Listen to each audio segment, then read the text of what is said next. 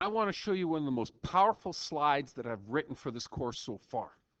This slide is so awesome. As a matter of fact, I'm going to move this guy down just a little bit like this. Okay, there it goes. I'm going to move it just a little bit down here like this. I want you to take a screenshot of this right now. Take a screenshot of this. Trust me, this is going to be powerful. Did you take the shot yet? Got it?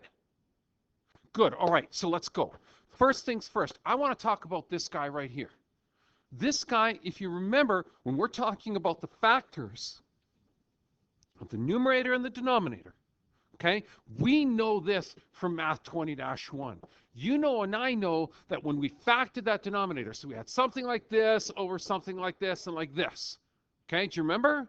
Okay, we knew that these guys determined the non-permissible values. Do you remember that?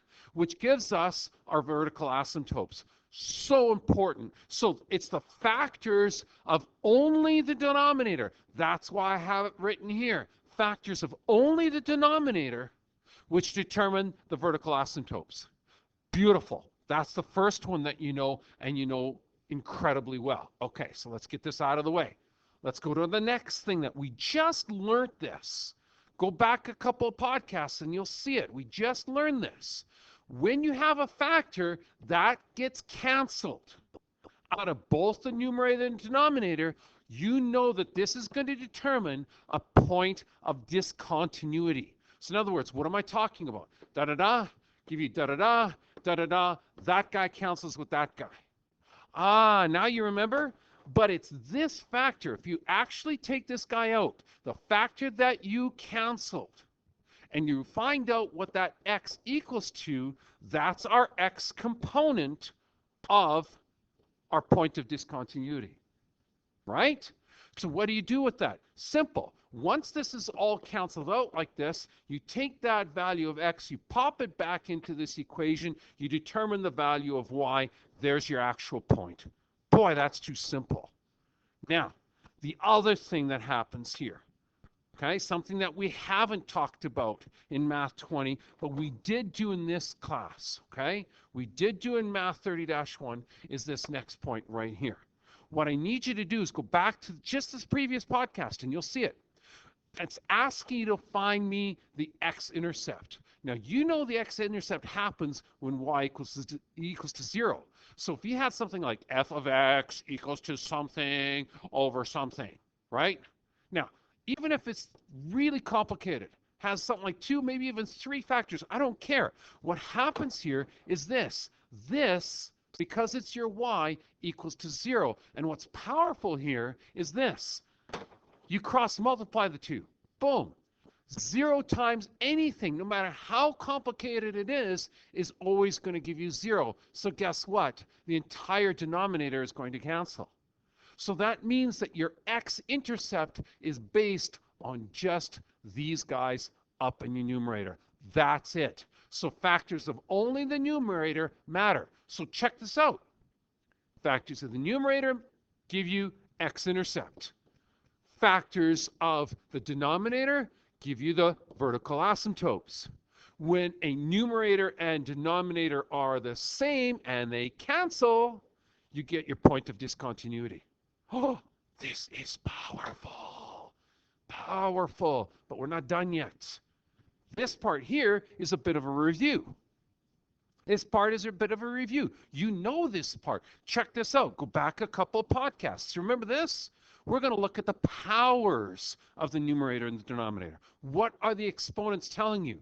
Well, if the numerator and the denominator are the same, remember, you just cancel these guys out and you take the number associated with them. There it is, A over B.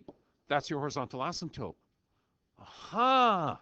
But what is happening is this. You're not always going to get a numerator and denominator to be the same powers, right? One might be smaller, one might be larger. That's fine. I've looked after them here. So if your numerator is smaller than your denominator in terms of the powers, kind of like what you see right here, okay? Well, you can't cancel them out. You can't divide this into that. So guess what? Your horizontal asymptote will be 0. Works every single time, okay? I don't know why. Go ask the math gods, okay? Well, actually, I do know why, but I can't tell you. Okay, look at this one. What if the numerator is bigger than the denominator? Well, guess what? That means this guy can divide into that guy, giving you an equation with a remainder. That becomes, remember, our oblique asymptote. Aha! Okay? Now, last thing that we need to know.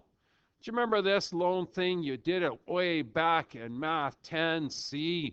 Oh my God, yeah, that's incredible. The y-intercept happens when x equals to 0. So just go back into your original equation or even the canceled equation. Go back into the canceled equation. Once you've done all of this cancellation here, throw the 0 back into all of the x's, number crunch them, you get your y-intercept. Okay, got it? Okay, now I'm not going to abandon you here. Let's go to our first question. All right, and I'm going to do like about 5 or 6 podcasts coming up here that is going to just explain all of this stuff to you, and you're going to be super happy. Watch. This is cool. First thing you want to do, make sure that your rational expression is fully factored. That's going to give you so much information. It's crazy. So let's factor this guy. Take out an x. There you go, x plus 2. Remember, this is the difference of squares. And if you don't know that by now, folks, oh boy, oh boy, oh boy, this is going to be just painful for you. Now, a couple things we can start doing right off the bat. Notice a couple of key things. This factor and this factor cancel. So guess what you get? As soon as you get a cancellation, you got a POD, a point of discontinuity. Okay? So remember, you can solve for this. You can say, oh, well, that happens at x plus 2 equals to 0. Bring it in. So you got x equals to minus 2. So there's your x value of your point of discontinuity. Now, how do you figure out the y value?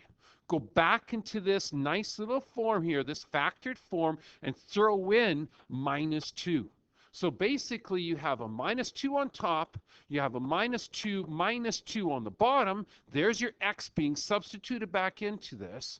You have minus 2 over minus 4, which equals to 1/2. So your point of discontinuity is at minus 2, comma 1/2. There it is. Aha. Right? So if you were to put this on a calculator, you would have error at that point.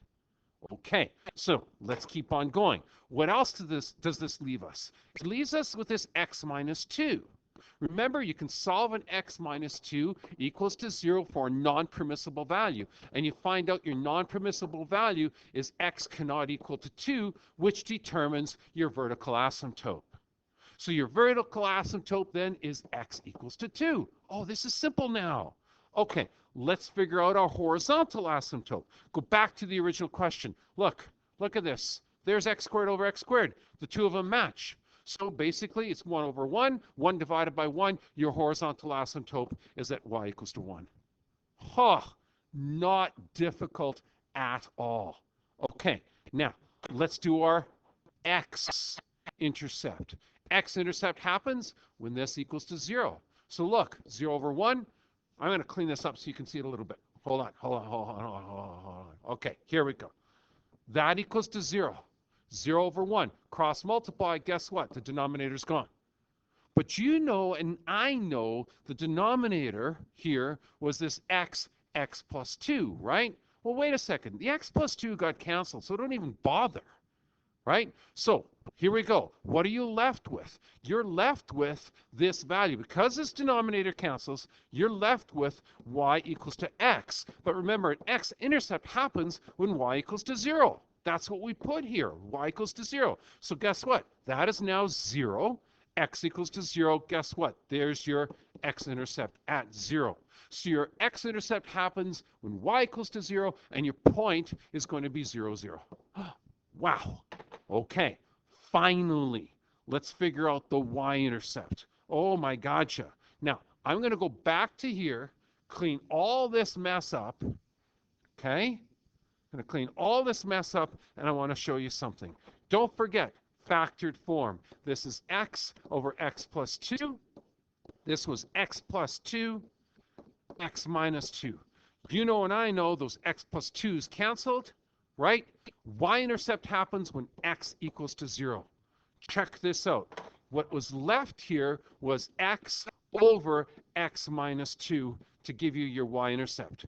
If x equals to 0, look what you've got in this equation. You will have 0 over 0 minus 2. 0 over 0 minus 2 is the same as saying 0 over minus 2, which is in fact 0. So your y-intercept is also at 0. Now, what if you don't believe all of that? What if you want proof?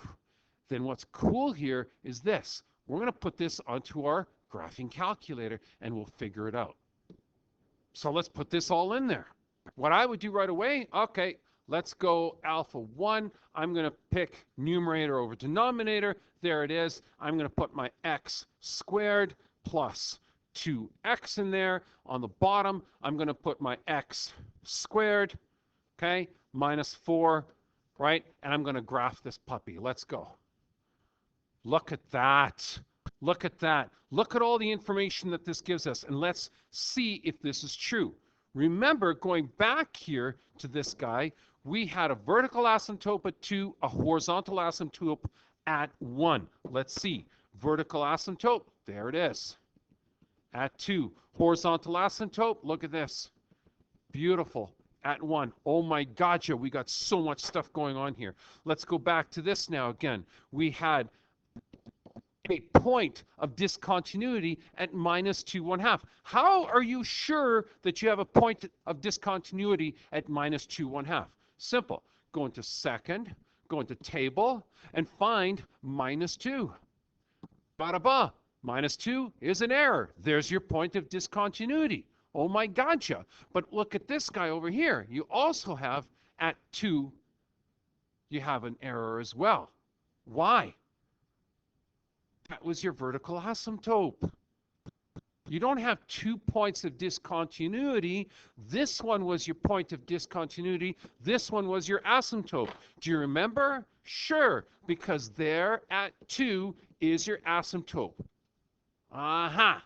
So if you go back to this go back to this table, look at this second table, your table at minus 2, if you were to draw this for the exam, I would insist that you at minus 2 put a little circle right here showing that that's a point of discontinuity. Okay, so far so good. Now let's figure out our intercepts. Pretty easy. 0, 0, there it is. So if you go back to here, you'll see that is, in fact, y equals to 0, x equals to 0, x equals to 0, y equals to 0, and you're done. Go watch this again. Photograph or screen capture or take a picture of that first screen because it tells you so much information. We'll be back with 2 more examples and then maybe a few more.